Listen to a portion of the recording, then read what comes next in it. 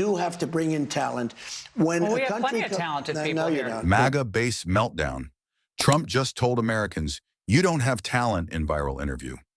The political world is burning with outrage, disbelief, and confusion after a viral interview clip of Donald Trump made its way across the internet like wildfire. A single sentence, just 7 words, has ignited an unexpected civil war inside the Republican base. You don't have talent. The moment the clip hit social media, it triggered a meltdown that even Trump's fiercest critics didn't see coming. But what exactly did he mean? Who was he talking about? And how did this one remark manage to shake the very movement that once treated his every word as gospel? To understand the uproar, one has to understand the delicate emotional ecosystem of the MAGA movement. This isn't just politics, it's identity, loyalty, and personal devotion. For years, Trump built his empire on the narrative of empowering the forgotten American. He repeatedly told his supporters they were brilliant, hardworking, overlooked, underestimated. Yet suddenly in this interview, he appeared to flip the script entirely. So what happened? Why would the man who praises his rallies like religious gatherings look into the camera and say something that sounds like a slap across the face of millions? The clip opens with Trump discussing competitiveness and global talent. Then suddenly he remarks, with a tone unclear enough to spark chaos, "You don't have talent." The context felt vague, the delivery felt sharp, and the reaction felt immediate. Viewers replayed the clip trying to decode whether he meant all Americans or a specific group, or whether it slipped out without thought. Was it sarcasm? Was it frustration? And most importantly, was it aimed at the very supporters who've built his political power for nearly a decade? The internet didn't wait for clarification. Within minutes, hashtags exploded. Trump fans asked each other in disbelief, how are we supposed to defend this? Others wondered, is this what he really thinks of the people who go to his rallies in the scorching heat, wait 10 hours in line, and spend their last paycheck on merch? Meanwhile, critics delightfully amplified the moment as proof that Trump had finally said the quiet part out loud. No matter which political side you were on, one thing was evident. The meltdown was real, chaotic, and unprecedented. Conservative influencers, the online warriors who normally shield Trump from criticism, suddenly found themselves struggling live on camera. Followers begged them for explanations, excuses, interpretations, anything to help make sense of the shocking remark. But many influencers looked visibly defeated, saying things like, "I don't know what he meant," or "This one is hard to spin." Some even admitted the remark felt disrespectful and unnecessary. The disappointment was palpable.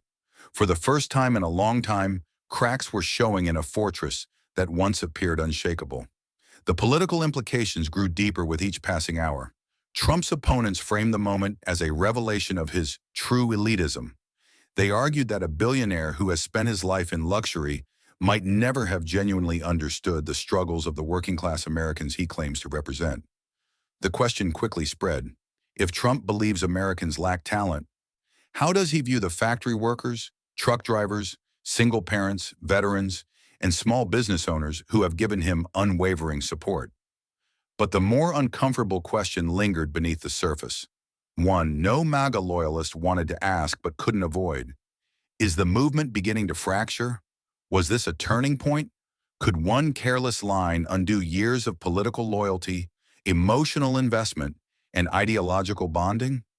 History says small cracks often signal bigger breaks. Trump's base has endured countless controversies, legal battles, scandals, and political storms. They have stood by him through everything. But insult? That's different. For millions of supporters, their loyalty wasn't just political, it was personal. And personal loyalty, once shaken, is hard to repair. Political analysts rushed into the conversation, offering varying interpretations. Some suggested Trump was referring to younger generations not working as hard as older ones. Others speculated that he may have been commenting on America's declining competitiveness in global markets. But no explanation fully satisfied the outraged crowd. The clip's lack of context turned it into a blank canvas where everyone projected their own fears and suspicions. And in a political climate where emotions outweigh logic, perception often becomes reality. Then came the emotional fallout. far more intense than anyone expected. Social media filled with posts from people who felt personally insulted. Some wrote about feeling betrayed. Others posted videos saying they'd never thought Trump would talk down to the American people. And then a bigger question emerged. Why did this hit so hard? Why did millions take it personally? Perhaps because for years, supporters believed Trump was the one political figure who truly understood them, defended them, respected them. The idea that he might think otherwise wounded them more than any opposing politician ever could. Meanwhile, Trump's critics took advantage of the chaos, portraying the meltdown as evidence that the MAGA machine was finally showing signs of collapse. They argued that if even loyal supporters questioned Trump, he might be more vulnerable than he appears. But political collapses aren't that simple. Movements don't implode overnight. They simmer, fracture in small places, and eventually erupt if the pressure becomes too strong. But is this really pressure, or just another controversy that will fade in a day or two? That is the question haunting political strategists. Trump's base is known for rebound loyalty. They have forgiven him statements far more dramatic than this. But the uniqueness of this moment lies in its emotional sting. People can defend policy disagreements. They can defend legal troubles. But can they defend a remark that sounds like a dismissal of their own value? In the days following the viral clip, discussions across conservative podcasts became increasingly heated. Host after host asked, why would he say this now? Some speculated that Trump may be intentionally leaning into tough talk to rebrand himself ahead of the election. Others argued that sometimes he simply says things without thinking. But these explanations only fed the unease. Supporters weren't asking for political strategy. They wanted reassurance. They wanted to hear that the comment wasn't about them, but silence from Trump's camp only deepened the uncertainty. The remark even sparked philosophical discussions. What does talent even mean in Trump's worldview? Is it business savvy, celebrity charisma, political instinct, wealth, power? And if those are the metrics, where does that leave the ordinary American? Where does it leave the farmer, the teacher, the soldier, the mechanic? Were they included in his sweeping remark? As political tension mounts, one thing is certain. This viral moment has taken on a life of its own. It has become a symbol, an unexpected mirror reflecting the fragile bond between a political leader and the people who built him up. Every movement has its breaking point. Is this one? Or is this merely a tremor before the base rallies even harder, determined to defend him as they always have? Trump himself has not yet offered a detailed clarification. Perhaps he assumes the controversy will fade. Perhaps he doesn't see the remark as insulting. Or perhaps he believes his supporters will overlook anything he says. But in a political environment this volatile, can any leader truly afford to assume unconditional forgiveness?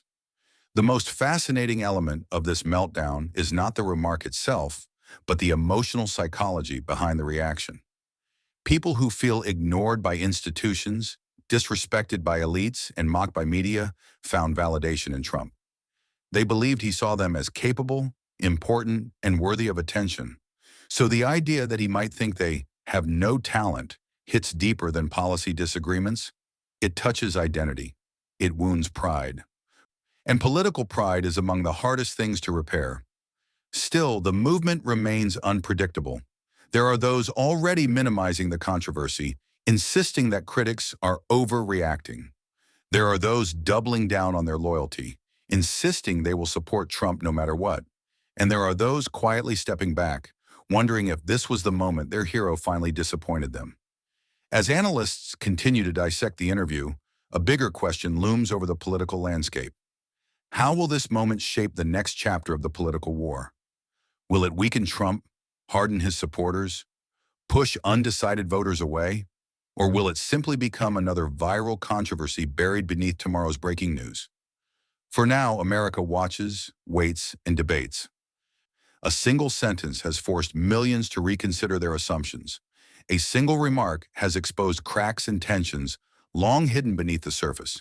And in a political era defined by emotion, spectacle, and viral soundbites, 7 words were enough to spark a national earthquake. The meltdown continues. The questions grow louder. And the political world knows one thing for certain: this story is far from over. Thanks for watching. Don't forget to like and subscribe to our YouTube channel.